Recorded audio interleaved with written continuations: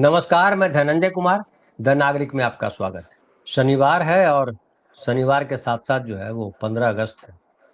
तो 15 अगस्त की आप सबको बधाई, शुभकामनाएं। आज आज़ादी का दिन है।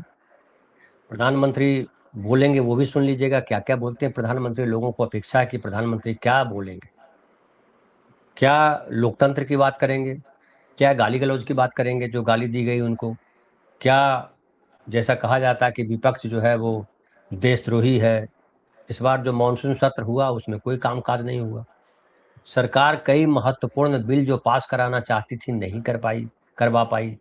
उसमें से खास करके अगर याद कीजिए तो वन नेशन वन इलेक्शन, और दूसरा एक ये जो बिल था परिसीमन बिल, वो भी नहीं पास हो सका। तोड़ फोड़ मचाने की कोशिश की गई, पार्टियां तोड़ी गई, टीएमसी टूटी, 2/3 बहुमत इकट्ठा करने की कोशिश हुई, लेकिन वो भी नहीं हुआ।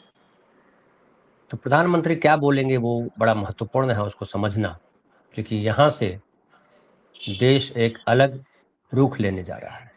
लेकिन अगर दुनिया की बात करें तो दुनिया में भी बदलाव हो रहा है। और अमेरिका ईरान की जब बात करते हैं तो हमेशा ऐसा लगता है कि अमेरिका बहुत ताकतवर देश है, जो चाहेगा अमेरिका करेगा, जिसको चाहेगा चुप करा देगा, जिसको चाहेगा जहां के राष्ट्रपति को मन करेगा उठा करके ले आएगा। वेनेजुएला याद कीजिए, उसके राष्ट्रपति और उसकी पत्नी को रात में उठा करके ले आया अमेरिका, और एक दहशत दुनिया में फैल गई। ईरान पे जो वार हुआ, ईरान पे जो हमला किया और खामेनेई मारे गए, तो लगा कि अमेरिका और इजराइल दुनिया में किसी उससे कोई बचा हुआ नहीं है, जिसको चाहे वो खत्म कर दे सकता। लेकिन अभी 2-3 दिन से जो खबरें आ रही है, जो घटना हुई है, उसमें दिख रहा है कि अमेरिका को डर लग रहा है। अमेरिका डर रहा है ईरान से, और ये अपने आप में चौंकाने वाली खबर है। हमने जब खबर पढ़ी तो हम भी चौंक गए कि अमेरिका डर रहा है। देखिए, घटना ये हुई कि तुर्की में नाटो समिट चल रहा था और वहां राष्ट्रपति डोनाल्ड ट्रंप गए हुए थे। और राष्ट्रपति डोनाल्ड किस बिल्डिंग में ठहरे हुए हैं, बिल्डिंग तो छोड़िए कौन से फ्लोर पे है, ये तक ईरान को पता चल गया था। और ये दावा मैं अपने मन से नहीं कर रहा हूं, बल्कि न्यूयॉर्क टाइम्स ने यह दावा किया है, जो अमेरिका का फेमस अखबार है। और उसके बाद अमेरिकी इंटेलिजेंस ने कहा कि ये ट्रंप के लिए बहुत बड़ा खतरा है। और उसके बाद सुरक्षा एजेंसियों ने ट्रेवल प्लान बदलकर दूसरे विमान से रवाना किया।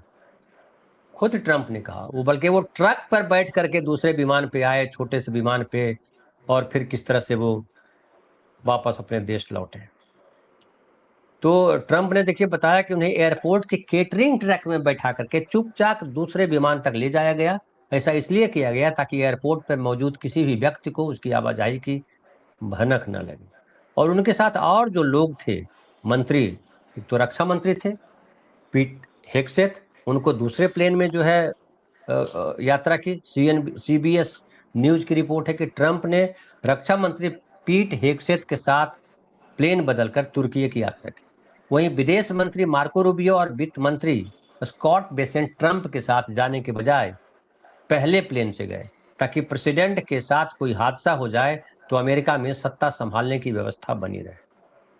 और वहां पे यह स्थिति है कि अगर समझिए राष्ट्रपति को कुछ हो जाता है तो उपराष्ट्रपति उस स्थिति में राष्ट्रपति की जिम्मेदारी संभालेंगे, और उनको भी अगर कुछ हो जाता है तो प्रतिनिधि सभा जो है, हाउस ऑफ रिप्रेजेंटेटिव्स के स्पीकर संभालेंगे। और वहां भी कुछ गड़बड़ हो जाती है तो सीनेट के जो प्रेसिडेंट है उनका नंबर आता है, उसके बाद विदेश मंत्री, फिर वित्त मंत्री, वगैरह वगैरह है। और उसके बाद जो है वाशिंगटन पोस्ट ने दावा किया कि 8 जुलाई को अंकारा से रवाना होते समय ट्रंप कैमरों के सामने बोइंग 747 एयरफोर्स वन में सवार हुए थे। यह विमान उन्हें कतर ने गिफ्ट किया। लेकिन एयरपोर्ट पर सामान और खाना पहुंचाने वाली केटरिंग गाड़ी की मदद से उन्हें चुपचाप अमेरिकी वायुसेना के वीआईपी सैन्य विमान C-32A तक ले जाया गया। तो ये सारी घटनाएं हुई और ट्रंप को पहली बार कहा जा सकता है कि डर लगा। अमेरिका पहली बार, मैं जो समझ पा रहा हूँ, डर लगा। लेकिन विनय भाई हमारे पास है। विनय भाई नमस्कार, आपका स्वागत है। विनय ठाकुर जो है विदेशी मामलों के एक्सपर्ट हैं। हम हर सप्ताह, रोज तो वो मिलते हैं शाम की चौपाल में, लेकिन हर सप्ताह विदेश पर हम बात करते हैं, खास करके शनिवार की सुबह। विनय भाई, अमेरिका डर गया, क्या कहें, अमेरिका डर गया। ईरान इतना ताकतवर हो गया कि अमेरिका को डरा दिया। धन्यवाद धनंजय भाई। देखिए, आमतौर पर क्या होता है कि हम किसी के बारे में जब राय बनाते हैं तो आजकल तो जो मीडिया के जरिए जो इंफॉर्मेशन मिलती है हमको, उसी से राय बनाते हैं। पर उसमें जो जो बड़ा हिस्सा होता है, वो जो तत्काल जो खबरें आती है, वो उसके आधार पर हम राय बनाते हैं। तो आमतौर पर जो अभी जो, और एक और बात जो गौर करने की बात है कि अमेरिका के पास में जो है वो जो ब्रॉडकास्टिंग जो इंफ्रास्ट्रक्चर है उसका 90% उनके पास में है। मतलब जो वर्ल्ड लेवल पे वो ओपिनियन को प्रभावित करने में वो ज़्यादा सक्षम है ना। तो हमारे पास जो आमतौर पे जो हम लोग हैं उनकी हमारी छवि ईरान के बारे में होती है कि ईरान जो है एक कंजर्वेटिव देश है, और वहाँ पे जो है मुल्लों का शासन है, उनको साइंस और टेक्नोलॉजी में उनकी बहुत बढ़त नहीं है ना। इस इमेज को ईरान ने इस युद्ध में ध्वस्त किया। एक और बात जो लोगों को ध्यान में रखनी चाहिए है ना, एक सियरा लियोन देश है ना, सियरा लियोन देश में एक वहाँ सबसे ज्यादा खूनी ये हुआ था। वहाँ का चार्ल्स टेलर जो था वहाँ का डिक्टेटर था, ठीक है ना। तो आमतौर पे इनके बारे में कम खबरें आती। तो चार्ल्स टेलर एक ऐसा व्यक्ति था जिसकी ट्रेनिंग जो है, टेररिस्ट ट्रेनिंग कर लीजिए, जो ट्रेनिंग कर लीजिए, पहले उसने सीआईए के अंदर ट्रेनिंग की थी, उसके बाद केजीबी ने उसको ट्रेनिंग दी थी। और सबसे बड़ी क्षति जो है अमेरिका को, एक बार में शायद 460 अमेरिकियों को उसने सियरा लियोन में मारा था। उसके बाद वहां से अमेरिका को सब कुछ समेट के भागना पड़ गया था। मैं ये बात सिर्फ इसलिए कह रहा हूं कि आपने जिस बात का उल्लेख किया कि तुर्की में प्रेसिडेंट के रहने के दौरान उनको ये बात स्पॉट हुआ कि एक सरफेस टू एयर मिसाइल जो है वो तैयार है, जिसके जरिए हमला किया जा सकता है ना। और उनको ये तक पता था कि वो अंकारा में कहाँ रह रहे हैं, किस फ्लोर पे रह रहे हैं ना। अब ऐसा क्यों हुआ, हम लोग को लग सकता है कि भाई ईरान की जो सीक्रेट सर्विसेज है वो इतनी कैसे मजबूत हो गई, है ना। तो इसलिए हम इसमें हमको जो थोड़ा इतिहास हम लोग को ध्यान में रखना चाहिए कि जब ईरान के जो पहले जो राष्ट्रपति जो डेमोक्रेटिकली मोहम्मद मसदान जो थे, ठीक है ना, जिनकी सत्ता का तख्ता पलट किया गया था, उसके बाद जब शाह को बैठाया गया था तो पूरी तरह से अमेरिका ने ईरान को ब्लैंक चेक दे दिया था, डिफेंस के मामले में, सीक्रेट ट्रेनिंग के मामले में। तो उस समय में जो ईरान में को कंट्रोल करने के लिए जो शाह ऑफ ईरान का जो सावक करके ऑर्गेनाइजेशन थी, उनकी सारी ट्रेनिंग जो थी वो सीआईए ने कराई थी, ठीक है ना। तो इसीलिए उनको सीआईए के जो जितने पैंतरे हैं, किस तरह से न्यूज गैदरिंग किया जा सकता है, कहाँ लूप होल्स हो सकता है, ये बात की जानकारी थी। दूसरी एक और बात आपको बता दूं कि तब जो है बड़ी संख्या में जो है ईरान के जो युवा जो थे वो अमेरिकी विश्वविद्यालयों में उन्होंने शिक्षा पाई थी। उसमें से काफी सारे लोगों ने एमआईटी से शिक्षा पाई थी। उसमें से कई लोगों ने जो है न्यूक्लियर साइंस में उनकी ट्रेनिंग हुई थी। और वही लोग जो थे, वही जो man power, trend man power था, उसी ने ईरान के आगे न्यूक्लियर इसको आगे बढ़ाया था। बल्कि यहाँ तक कि जो लारीजानी जो मारे गए थे, उनकी भी एक पीएचडी जो थी अमेरिका से थी, है ना। तो इसीलिए जो जो बहुत सारा मिलिट्री इंफ्रास्ट्रक्चर वो छोड़ करके भागे जो 1979 के रिवॉल्यूशन के बाद से, है ना। और उसके बाद से ईरान को ये पता था, तब से 79 से लेकर के अब 2026 तक रख लीजिए, कम से कम 40-50 साल हो गया। और तब से ईरान को पता था कि हमारे ऊपर आक्रमण आएगा, है ना। तो वो आप ग्रेट शैतान और लिटिल शैतान, आपको पता है कि जो ईरान जो है उसको अमेरिका को ग्रेट शैतान कहता था, ठीक है ना। दूसरी ओर ये जान लीजिए कि ईरान ने लगातार जो साइबर हमले जो होते हैं, ईरान ने लगातार साइबर हमले झेले। इजराइल के, और कई बार उनके सेंट्रीफ्यूज पे अटैक हुआ, और उन सबको उसने सरवाइव किया, है ना। तो इसके क्रम में जो है उनकी जो कैपेबिलिटी जो साइबर वारफेयर की जो है, या साइबर अटैक की जो है, वो निश्चित तौर पे बढ़ी है। तो जब तक ईरान के ऊपर डायरेक्ट अटैक नहीं हुआ, जब तक उनके ऊपर सीधा हमला नहीं हुआ, तब तक उन्होंने ऑफेंसिव साइबर अटैक का इस्तेमाल नहीं किया था। अभी कुछ दिन पहले खबर आई थी कि अमेरिका के 2 शहरों में जो है वाटर सिस्टम जो है वो फेल हुआ था, है ना। और उसको लेकर के आशंका व्यक्त की गई थी कि उनके ऊपर जो है वो साइबर अटैक हुआ होगा, और शायद वो ईरान के एजेंट के द्वारा किया गया होगा। आजकल देखिए बहुत सारे जो आक्रमण होते, खास करके जब एसिमेट्रिक लड़ाई हो जाती है, मतलब एक बहुत मजबूत देश है, दूसरा कमजोर देश है, तो बहुत सारे कानूनी बंधनों और नैतिक जिम्मेदारी से बचने के लिए जो है नॉन स्टेट एक्टर का इस्तेमाल किया जाता है, ठीक है ना।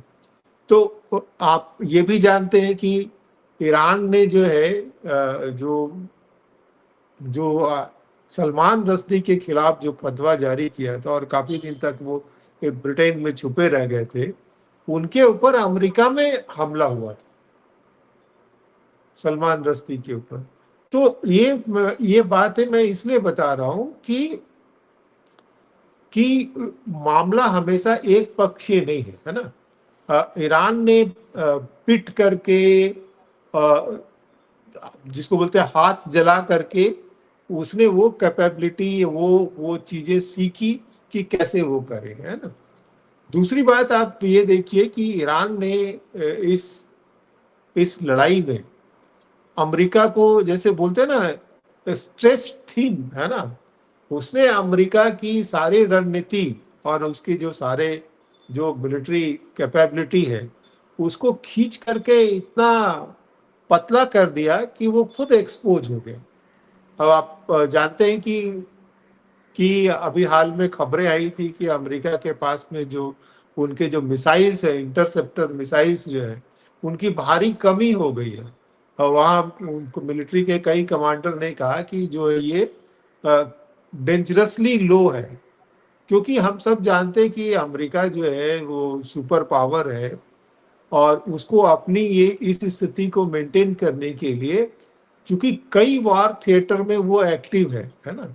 उसको जो है वो कोरिया को भी बचाना है, उसको जापान को भी बचाना है, उसको ताइवान को भी बचाना है, उसको यूक्रेन को भी मदद देनी है ना। और बहुत सारे जगहों पर उसकी इन्वॉल्वमेंट है। तो उन सब के लिए उसको बड़े पैमाने पर जो है हथियार की जरूरत होती है। और यहाँ जो उसके लॉन्ग रेंज जो मिसाइल्स जो खत्म हुए हैं, उससे वो काफी एक्सपोज हुआ, है ना। दूसरी बात ये कि ईरान ने जो है इस लड़ाई के दौरान जो स्ट्रेटेजी के लेवल पे उन्होंने ये कैपेबिलिटी दिखाई कि कैसे वो अमेरिकी जो डिफेंस सिस्टम है उसकी कैसे उसको ओवरवेल्म कर सकते हैं, उसकी कौन सी कमजोर नस है। तो उन्होंने जो है, चूंकि जो यूक्रेन और ईरान की जो रूस और यूक्रेन की लड़ाई के माध्यम से जो रूस ने जो एक्सपीरियंस हासिल किया कि नाटो की जो स्ट्रेटेजी है उसको किस तरह से काउंटर किया जा सकता है, उससे वो सीख लेकर के जो कहा जाता है कि ईरान ने जो है एक कंपोजिट सिस्टम बनाया, जिसमें एक साथ मिसाइल, ड्रोन और जो है मिसाइल, ड्रोन और के माध्यम से एक साथ हमला करने की, जिससे उनके जो है डिफेंस सिस्टम को ओवरवेल्म किया जा सके।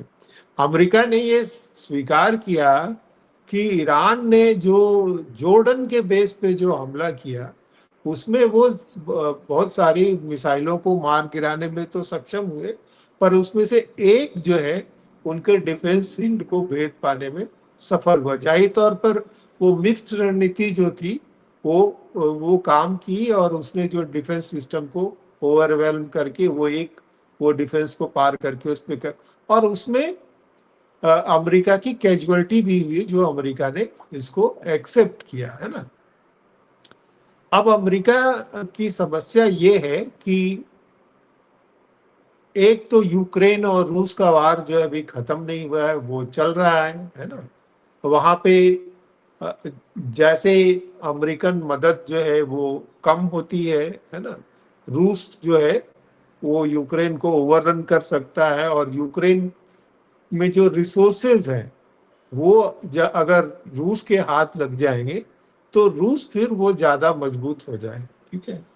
दूसरी जो महत्वपूर्ण बात ये है कि अमेरिका की जो मजबूती है, जो उसमें जो उसकी साख है, जो मिलिट्री साख जिसके आधार पर उनका उनका उनका जो डॉलर का सिक्का चलता है पूरी दुनिया में, वो इस पर कायम है कि अमेरिका है और अमेरिका रहेगा और अमेरिका की चलेगी, है ना। ईरान ने पहली बार ये जो कॉन्सेप्ट है कि अमेरिका की चलेगी, अमेरिका है और रहेगा ये तो ठीक है, लेकिन अमेरिका की चलेगी इस पे ईरान ने पहली बार बड़ा क्वेश्चन मार्क लगा दिया, है ना। अभी तक जो यूएस जो था वो दुनिया में जो ट्रेड जो होते हैं उसको सुरक्षित तौर पे चलने की जो है वो व्यवस्था या गारंटी जो है अमेरिका करता रहा है सुपर पावर के तौर पर, है ना। और जो दुनिया में जो 7 प्रमुख जो चोक पॉइंट्स हैं, जो जो स्वेज कैनाल है, अब बाबल मंदब है, ये हॉर्मुज की खाड़ी है, उसके बाद इधर जो ये है, उसके बाद पनामा है, ये तमाम जगहों पे जो है यूएस ने ये इंश्योर किया था कि इस पर जो है कोई एक देश जो है वो नियंत्रण नहीं करेगा और वो जो है इंटरनेशनल कम्युनिटी के लिए फ्री होगा, है ना। अब ईरान ने अपने ज्योग्राफिकल पोजीशन का इस्तेमाल करते हुए और अपने मिलिट्री माइट का इस्तेमाल करते हुए उसको चुनौती दे दी है। अब दुनिया के जो 3 प्रमुख जो चोक पॉइंट है उसको ईरान ने ब्लॉक कर दिया, है ना। हॉर्मुज की खाड़ी को उसने ब्लॉक करने की स्थिति में है, स्वेज कैनाल को ब्लॉक करने की स्थिति में है, और बाबल मंदाब में जो है उसके हूती विद्रोही जो है वो वहां पर एक्टिव है। अब जो जो उनकी उनके जो डॉलर के जो मजबूती के बेस में जो चीज थी, है ना, एक तो अमेरिका ने कुछ अपनी हरकतों से और कुछ ईरान की लड़ाई ने, है ना, ये एक्सपोज कर दिया कि अमेरिका संकट के क्षणों में किसी का नहीं, है ना। उसने क्या किया कि उसके जो पुराने जो सहयोगी थे, जिनके काफी आर्थिक हित जो अमेरिका के साथ जुड़े हुए थे, प्रतिद्वंदियों की बात छोड़ भी दें तो चीन रूस जो उनके प्रतिद्वंदी हैं, इंडिया जो उनका प्रतिद्वंदी नहीं है, बीच में खड़ा है ना। इन सब के अंदर ये जो विश्वास था अमेरिका को लेकर के वो हिल गया, है ना। तो आपने देखा कि जापान जो है वो अपना ट्रेजरी बिल डंप कर रहा था, तो $10 बिलियन का जो है अमेरिका ने येन को मजबूत करने के लिए लगाया। उसके पहले कतार के दिनार को भी मजबूत कराने के लिए उसने इन्वेस्ट किया, और भी जगहों पर वो इन्वेस्ट कर रहा है ताकि डॉलर जो है उसकी साख बनी रहे। लोग जो है वो उनका जो ट्रेजरी बिल है उसको डंप नहीं करें, क्योंकि उसको डंप करेंगे तो फिर उनको अमेरिका को जो है और हाई इंटरेस्ट रेट पर उनको कर्ज लेना पड़ेगा, क्योंकि एक ढंग से ये कर्ज है ना। ईरान ने एक और काम किया कि ये जो जो पेट्रो डॉलर वाली जो बात थी, जो पेट्रोल सिर्फ डॉलर में जाएगा, जो ये आधार बना कि डॉलर जो है दुनिया की करेंसी हुई, उसको भी हिला दिया, क्योंकि गल्फ के देशों को भी ये बात लगने लगी कि रूस की और यूक्रेन की लड़ाई के बाद जिस ढंग से प्रतिबंध किया अमेरिका ने, उसके डॉलर सीज कर लिए, तो उससे ये हुआ कि भाई अब एक ही डॉलर में ही रखना जो है सेफ नहीं है। तो आपने देखा कि जो ये देश भी जो है अल्टरनेट तलाश करने में लगे, और चीन की जो जो घुसपैठ जो वहाँ हुई, आप देख रहे हैं कि चीन बहुत बड़े पैमाने पे सऊदी अरब का भी खरीदार है, और ईरान के साथ तो उसको 25 साल का डील ही हुआ है ना। तो इसकी वजह से वो अल्टरनेट सिक्योरिटी स्ट्रक्चर भी उनको लगा कि भाई अमेरिका जो है वो पर्याप्त नहीं है हमारी सुरक्षा के लिए, दो वजहों से।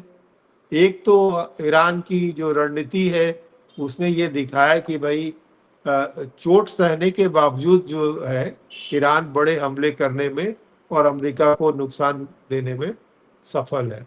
दूसरी बात ये कि कि जो अमेरिका जो है इन सारी परिस्थितियों का इस्तेमाल जो है अपने लिए कर रहा है ना। और इनको जो गल्फ के जो देश थे उनको ये लगा कि भाई हमारा नुकसान जो है वो ज़्यादा है, हमारे इसके लिए अमेरिका आगे नहीं आ रहा है, और हमको इसी खित्ते में रहना है, तो हमको बाकी चीज़ें भी देखनी चाहिए।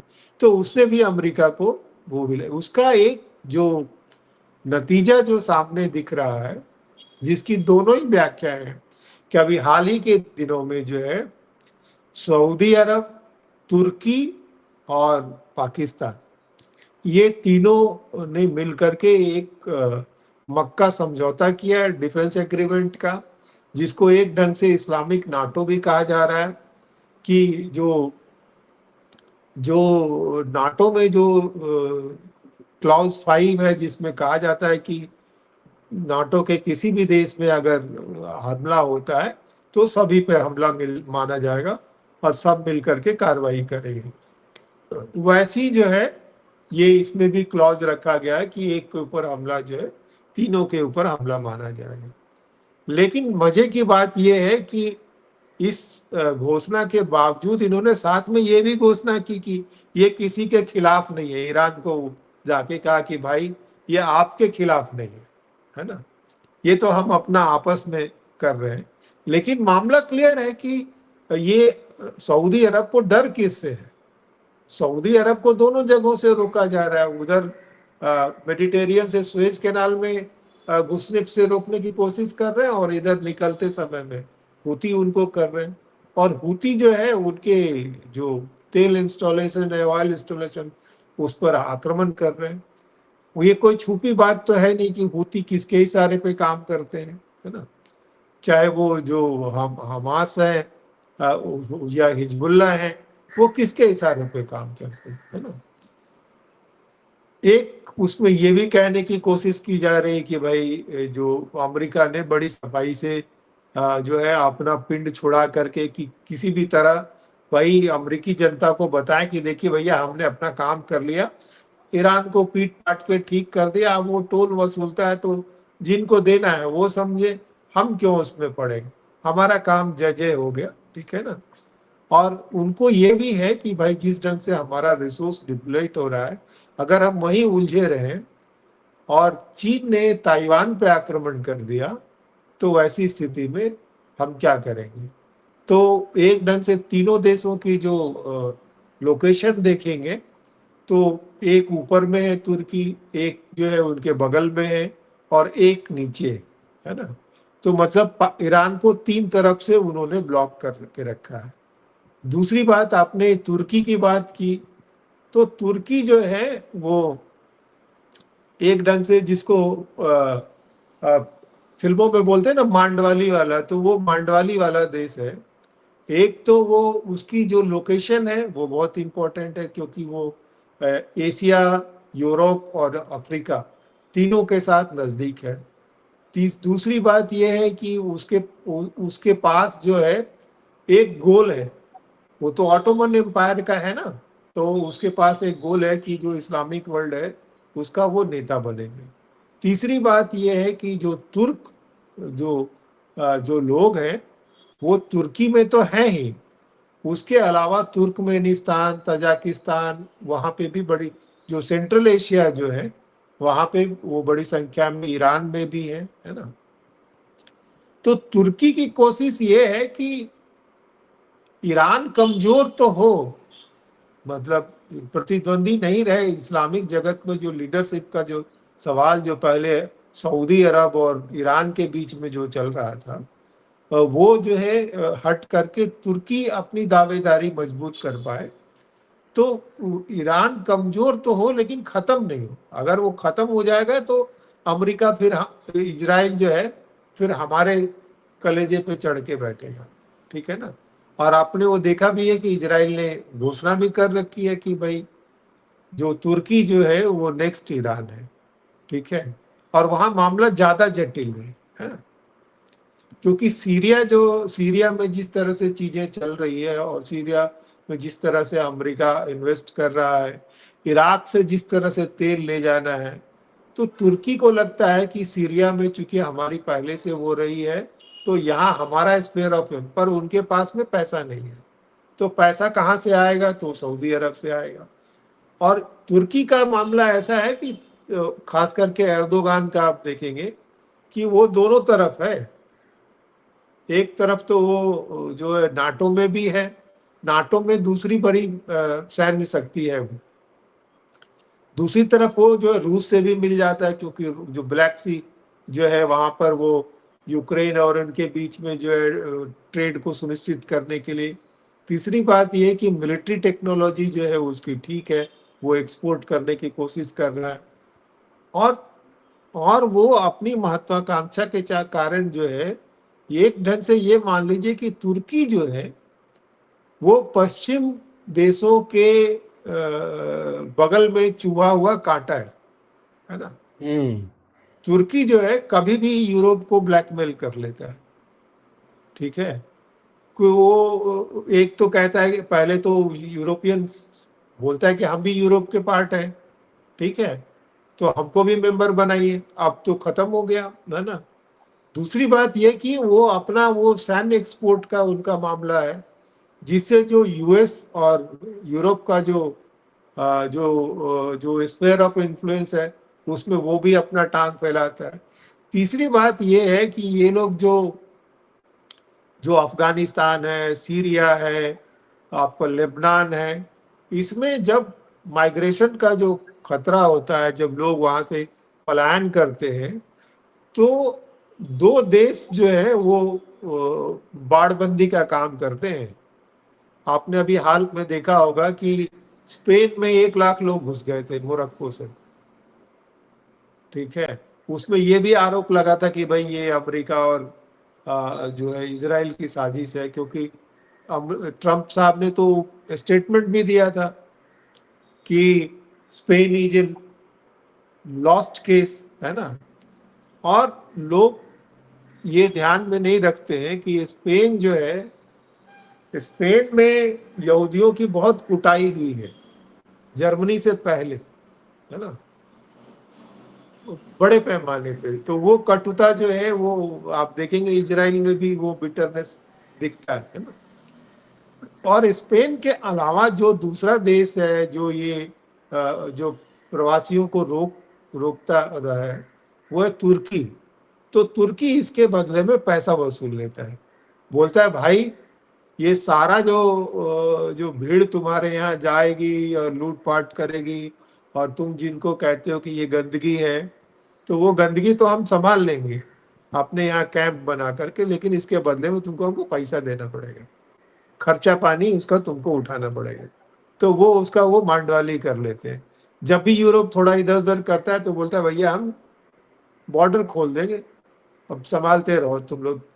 वो इसलिए कर लेते हैं क्योंकि यूरोपीय देशों के पास में बहुत बड़ी सेना नहीं है, और ये इतनी बड़ी भीड़ जब जाती है उनके पास में, तो उनका सारा जो ह्यूमन राइट और बहुत डेमोक्रेटिक ये वाला जो है उनका मामला जो है वो गड़बड़ हो जाता है, इमेज उनकी उनकी समस्या हो जाती है ना।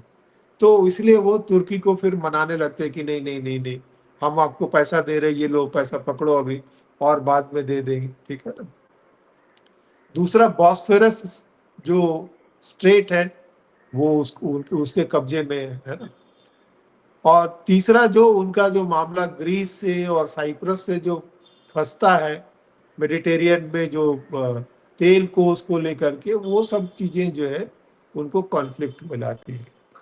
तो ये कुल मिलाकर के ये है कि जो ईरान ने जो है, ईरान ने जिसको हम लोग बोलते हैं ना गांव देहाती भाषा में कि भंडुल कर देना, तो ईरान ने जो है अमेरिका की जो दादागिरी थी उसको उसने भंडुल कर दिया, ठीक है ना। अब अमेरिका को ये नहीं समझ में आ रहा है कि वो कहाँ से करे और किसको करे, है ना। तो वो समस्या जो है, क्योंकि अमेरिका ने जो अपना जो उसका जो ऐतिहासिक अनुभव था, अमेरिका को था कि भाई हमारा अगर नेवल पावर स्ट्रांग रहेगा, हमारा अगर एयर पावर स्ट्रांग रहेगा तो हम कर लेंगे मामला, ठीक है ना। लेकिन ईरान ने वो जो अपना 40 साल में जो रणनीति बनाई कि भैया तुम ऊपर ऊपर ही रहोगे ना, हम जो है वो छोटी छोटी जो नावें हैं और अपना ज्योग्राफिकल लोकेशन के जरिए तुमको मजा चखा देंगे, है ना। तो वो उनकी जो है वो वार स्ट्रेटेजी ने उसको जो है बहुत बहुत नुकसान पहुंचा है। तो ये मामला है ना। जी। एक छोटा सा जवाब दे दीजिए कि क्या वाकई ऐसा है कि जितना डर गए ट्रम्प, ट्रम्प को मार सकता है ईरान? हालांकि खामनेई को मार दिया तो कहा तो है कि हम बदला लेंगे, लेकिन बदला लेने में क्या ईरान इतनी हिम्मत, इतना दुस्साहस करेगा कि अमेरिका के राष्ट्रपति को मार दे? नहीं, ये कोई जरूरी नहीं है कि अमेरिका के राष्ट्रपति को मार दे, पर अमेरिका के पूर्व राष्ट्रपति को तो मार ही सकता है। कोई जरूरी नहीं है कि अमेरिका जो है अभी ही मार देगा, ठीक है ना। और ऐसा नहीं है कि अमेरिका में राष्ट्रपतियों की हत्या नहीं हुई।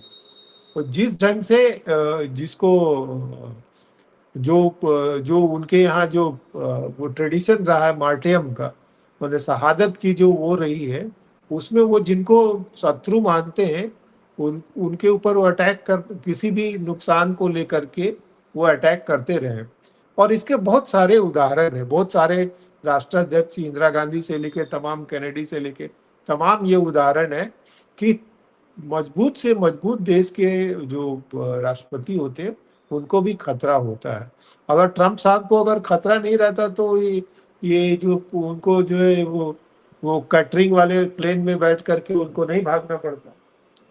खतरा नहीं, तो है इंडियन। कई बार होता है ना कि आप जैसा आपने शुरुआत में कहा कि जो अमेरिकी मीडिया है, जो जो तंत्र है, प्रचार तंत्र दुनिया का, उस पे अमेरिकी मीडिया का ये लगभग कब्जा है। 90% वही लोग हैं। जैसे हमारे यहाँ गटर मीडिया है, वैसे वो एक तरह से वो मीडिया है। हालांकि इतना गिरा हुआ नहीं है, अपने तरीके से अमेरिका का प्रचार करता है। लेकिन अब जिस तरह का सोशल मीडिया है, सोशल मीडिया भी हालांकि उन्हीं का है। वो ट्विटर हो, वो यूट्यूब हो, वो फेसबुक हो या कोई हो, सब अमेरिका का है। लेकिन बावजूद इसके मैसेजेस जो है वो दूसरे देशों के वो आते हैं। और अमेरिका ऐसा अब नहीं रहा कि अमेरिका जो मैसेज ठेल रहा है वही सब जगह चला जाए, बल्कि इधर से भी कुछ मैसेज ठेले जा रहे हैं, है ना। तो ये ट्रम्प को इतना डर जाना, ये के क्या, इसलिए हमने ये सवाल किया कि क्या वो एक रणनीति के तहत किया गया है। लेकिन एक और घटना हुई है इस पूरे प्रकरण में, अगर याद करें हम, हमें ईरान ने तो कहा है कि जब तक ये युद्ध हम तब तक चलाएंगे जब तक अमेरिका का राष्ट्रपति बदल नहीं जाता। यानी ट्रंप जब तक है तब तक ये युद्ध समाप्त नहीं होगा, ये ईरान की अपनी मंशा है, ये जाहिर कर दिया उसने। एक दूसरा ये कि ट्रंप साहब जो आए थे हरिभजन को ओटन लगे कपास। ट्रंप आए थे कि दुनिया में हम जो है सबसे ये टैक्स लेंगे, उससे वो करेंगे, सब बिजनेस सेट कर देंगे और अमेरिका की बड़ी कमाई होगी, अमेरिका में खुशहाली आ जाएगी, पता नहीं क्या क्या बोल दिया था। वो बिजनेस तो एकदम गौन हो गया। स्थिति ये है कि अब नैरेटिव धर लिया गया कि ट्रंप को डर लग रहा कि मुझे मार न दे कहीं। तो ये तो बहुत भयावह स्थिति में, मतलब कहीं चले थे कहां पहुंच गए। तो ट्रंप की बड़ी बहुत बड़ी असफलता है। विनय भाई छोटे में बताइएगा। नहीं, आपने वो सही बात कहा कि देखिए एक बार को अगर आप मानने की कोशिश करते कि अमेरिका ने खुद ही ये प्रचार फैलाया है कि ताकि वो ईरान के ऊपर हमले का वो एक जस्टिफिकेशन करते, पर ये बात बहुत बहुत अपील नहीं करती, क्योंकि अमेरिका डरा हुआ है, कमजोर देश है। ये जो अमेरिका की जो साख है उसको और नीचे ले जाएगा, वो ईरान को और मजबूती दिखाएगा, ठीक है। और दूसरी बात, मैं एक उदाहरण देना चाहूंगा कि कई बार क्या होता है कि जब आप खेल शुरू करते हैं और जब खेल खत्म होता है, उसके बीच में खिलाड़ियों की जो सापेक्षिक स्थिति वो बदल जाती है। जब क्रिकेट शुरू हुआ था तब कौन जानता था कि एक दिन जो है वो इंडिया की बादशाहत होगी, एक दिन वेस्ट इंडीज के सामने इंग्लैंड वाले कुछ नहीं होंगे, है ना। खेल तो उनका था ना, खेल तो क्रिकेट का खेल अंग्रेजों का था, लेकिन उस खेल में जो है वेस्ट इंडीज ने उनको मात दे दी, फिर उसकी खेल में जो है इंडिया ने उनको मात दे दी, है ना। तो उसी तरह जो अमेरिका का जो खेल था, उस खेल से बाकी लोगों ने भी सीखा है, ठीक है ना।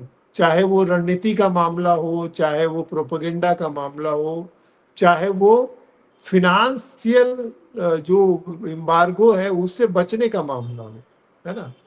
क्योंकि ईरान इतने तमाम हमलों के बावजूद, इतने इन्फ्लेशन के बावजूद ईरान कोलैप्स तो नहीं कर रहा है। इसका मतलब उसने कोई अल्टरनेट व्यवस्था तो बना रखी है ना। और वो क्यों जो है हिजबुल्लाह को इतना प्रोटेक्ट कर रहा है, क्योंकि उसका बहुत सारा जो फिनेंशियल स्ट्रक्चर है वो दुबई से और लेबनान से, वहाँ से जो है वो बेरूत से पूरे यूरोप के थ्रू वो चलता है। तो और इसी वजह से जो है वो उनको पता नहीं चल पा रहा है कि आखिर ईरान की जो है वो जान कहाँ बसेगी। और इसी ने अमेरिका को बहुत बहुत परेशान करके रखा है कि आखिर ईरान काबू में क्यों नहीं आ रहा। और जैसे जैसे वो ईरान जोर लगा रहा है, वैसे वैसे अमेरिका जैसे जैसे जोर लगा रहा है वैसे वैसे उसमें फंस रहा है और झोंक में वो और गलती। एक उदाहरण आपको और दूंगा। कहा जाता है कि जो जो सीता के स्वयंवर में जो धनुष जो था, ठीक है ना, उसको तोड़ने के लिए तमाम लोग आए लेकिन तोड़ नहीं पाए। मैं भी नहीं, इनका क्या नाम था, वो साइंटिफिक वो लिखते थे, अभी बता दूंगा मैं। देवदत्त पटनायक। नहीं नहीं, देवदत्त तो अभी के हैं वो, जमशेदपुर से भी उनका नाता था, पंजाबी थे। अच्छा। उन्होंने महासमर हम्म। लिखा है और युद्ध लिखा है वो करके। तो उसमें उन्होंने हम्म। उसकी साइंटिफिक व्याख्या की। उन्होंने ये कहा कि भाई वो जो जो धनुष जो था, वो धनुष नरेंद्र सिर्फ कोहली की बात तो नहीं कर रहा? हाँ, नरेंद्र कोहली की बात है। हाँ। तो क्योंकि ये नरेंद्र इस कोहली, तरह की किताबें उन्होंने ही लिखी है। हाँ, तो नरेंद्र कोहली ने लिखा है कि भाई वो धनुष जो था वो सिर्फ ताकत से नहीं तोड़ा जा सकता था। उसका वो टेक्निक था कि वो बीच में से आपको पावर को डिवाइड करना होगा तभी आप तोड़। तो इसीलिए उसकी वही परीक्षा थी कि जो व्यक्ति बलशाली भी होगा और संयत वाला भी होगा वही उसको तोड़ पाएगा। तो उसी तरह जो है ये जो अमेरिका जो अपना आपा खो दे रहा है, उस आपा खो देने में वो लड़ाई हार रहा है। तो ये जी। आपने जो कहा ना कि क्यों कर पा रहा है, तो वो असली बात जो है उसमें है। जी। तो इसीलिए ईरान तो जो है वो अमेरिका के लिए जो है खतरा है, क्योंकि एक अल्टरनेटिव जो है उसने व्यवस्था खड़ी कर दी है अमेरिका के पैरेलल, जहां उसको जी। वो ताकत को वो कंट्रोल नहीं कर पा। जी। तो एक कहावत है कि भई गति सांप छुंदर केरी, उगले आंधर निकले कोढ़ी। अमेरिका के सामने यही स्थिति है। युद्ध से भागे, ये युद्ध लड़े, वो समझ नहीं पा रहा। और अब खतरा है उसके ऊपर कि उसके राष्ट्रपति कहीं मार न दिए जाए। ट्रंप में भय पैदा हो गया। ईरान ने ये भी कह दिया कि भाई हम तब तक लड़ेंगे तब तक आपका राष्ट्रपति बदल नहीं जाता, यानी राष्ट्र जब तक अमेरिका अपनी नीति चेंज नहीं करता। अब कैसे होगा ये तो आने वाला वक्त बताएगा। थोड़ा एपिसोड लंबा भी हो गया, 40 मिनट हम लोगों ने बात की। विनय भाई जब बताते हैं तो पूरा डिटेल बताते हैं। और राजनीति को समझने के लिए, कूटनीति को समझने के लिए, इतिहास को जानना, इतिहास को समझना, इतिहास को याद रखना बहुत जरूरी है। और विनय भाई इसमें भी बहुत मजबूत है, तो आपको जाहिर है कि बहुत अच्छा एपिसोड लगता होगा। मैं खुद खो जाता हूँ कई बार। विनय भाई पूछते हैं कि वो क्या नाम स्लिप कर जाते हैं कई बार, तो मैं भी नहीं बोल पाता हूँ। एक तो मैं कम जानता हूँ, एक वजह ये भी है। दूसरी वजह ये भी है कि मैं खो जाता हूँ, क्या बोला फिर मुझे याद नहीं रहता है। जैसे नरेंद्र कोहली वाला आपने प्रकरण पढ़ा, तो मुझे लगा इतना किताबें लिखी है नरेंद्र कोहली। नरेंद्र कोहली से मेरी मुलाकात है, बॉम्बे आए थे। तो मेरी मुलाकात है उनकी उनसे। तो बहुत बहुत बहुत धन्यवाद विनय भाई, बहुत बढ़िया आपने जानकारी दी। और अमेरिका ईरान के संबंध को लेकर के हम अगले एपिसोड में भी बात करेंगे। और चीज़ों को समझना बहुत जरूरी है, और जब तक इतिहास नहीं पढ़ेंगे, जब तक कूटनीति नहीं समझेंगे, तब तक हम कुछ नहीं समझ पाएंगे। फिलहाल इतना ही। बहुत बहुत धन्यवाद। मिलते हैं फिर दोपहर के कार्यक्रम में।